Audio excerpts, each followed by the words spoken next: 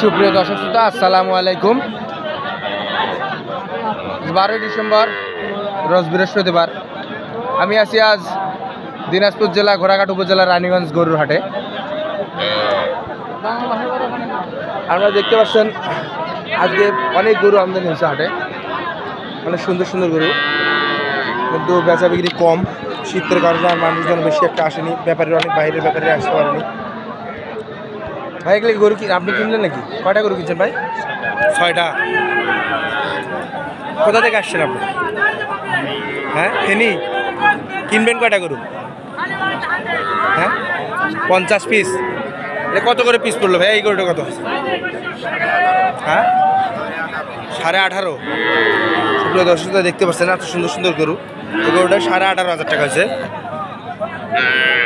বকম বাছুর দেখতে পাচ্ছেন। বড় ভাই আসছে ফেনী থেকে, গরু কিনছে ভাই 6টা গরু কিনছে, 50 পিস গরু কিনবে, 50টি বাছুর কিনবে। আপনারাও আসতে পারেন আমাদের হাটে।